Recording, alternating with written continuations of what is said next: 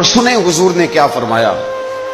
نبی پاک صلی اللہ تعالی علیہ وسلم نے دعا دی، کہا اے اللہ اس آدمی کے چہرے کو چمکتا دمکتا رکھنا۔ کیا دعا ہے، اور دی اس محبوب نے ہے کہ جو جب دعا کرتے تھے تو اعلیٰ حضرت بریلوی فرماتے ہیں قبولیت نیچے آ جایا کرتی۔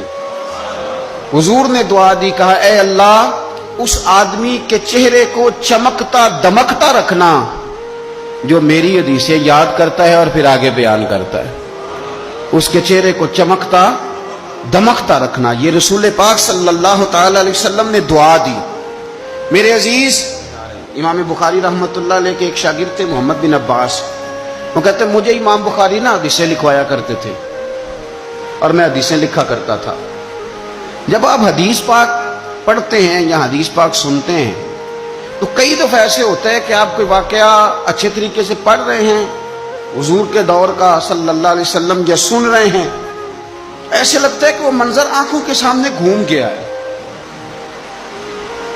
تو امام بخاری رحمۃ اللہ تعالی علیہ اپنے شاگرد کو حدیثیں لکھوا رہے تھے تو ایک خاص حدیث پاک کے لحاظ سے آپ نے فلسفہ بیان کیا۔ انہیں چونکہ حدیث پاک کے مشن سے پیار بڑا تھا امام بخاری کو، فرماتے ہیں 500 دینار میری ماہانہ آمدن ہے، میں ساری نبی پاک کے دین کے طالب علموں پہ خرچ کر دیتا ہوں۔ یہ مشن سے پیار ہے۔ تو امام بخاری رحمۃ اللہ تعالی علیہ کے شاگرد محمد بن عباس فرماتے ہیں میں حدیثیں لکھ رہا تھا تو انسان تھک جاتا ہے، کہتے میں لکھتے لکھتے لکھتے لکھتے امام صاحب چونکہ لکھواتے جا رہے تھے تو میں تھک گیا۔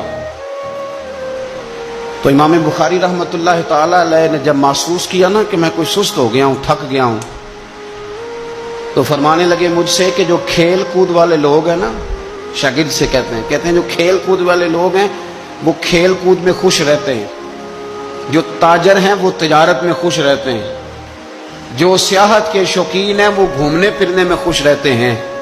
فرمایا تو کتنا خوش نصیب ہے کہ جب سے تو بیٹھا ہے یا نبی پاک علیہ السلام کے ساتھ بیٹھا ہوا ہے یا حضور کے صحابہ کے ساتھ بیٹھا ہوا ہے۔ وہ یا نبی پاک کی حدیثیں لکھنا، حدیثیں جمع کرنا، حدیثیں بیان کرنا، حدیث کے ساتھ تعلق رکھنا، اس کا معنی یہ ہے کہ آپ نے نبی پاک کی صحبت اختیار کی ہوئی، آپ نے حضور کے صحابہ کی صحبت اختیار کی ہوئی۔ حدیث پاک کو یاد رکھیں، حدیثیں اپنے ذہن کے اندر بٹھائیں۔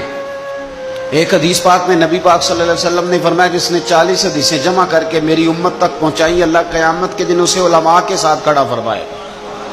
حدیثوں کو یاد رکھیں۔ میرا آپ کو مشورہ ہے کہ رات کو بیٹھ کے لکھیں آپ کو کتنی حدیثیں یاد ہیں، جو یاد ہیں وہ لکھیں، اور حضور صلی اللہ علیہ وسلم کی باتوں کا ذکر کریں۔ کسی شاعر نے ایک جملہ کہا تھا پر بڑے بہترین کہہ دیا، وہ کہنے لگا یا رسول اللہ صلی اللہ علیہ وسلم میری تو بات بن گئی ہے بس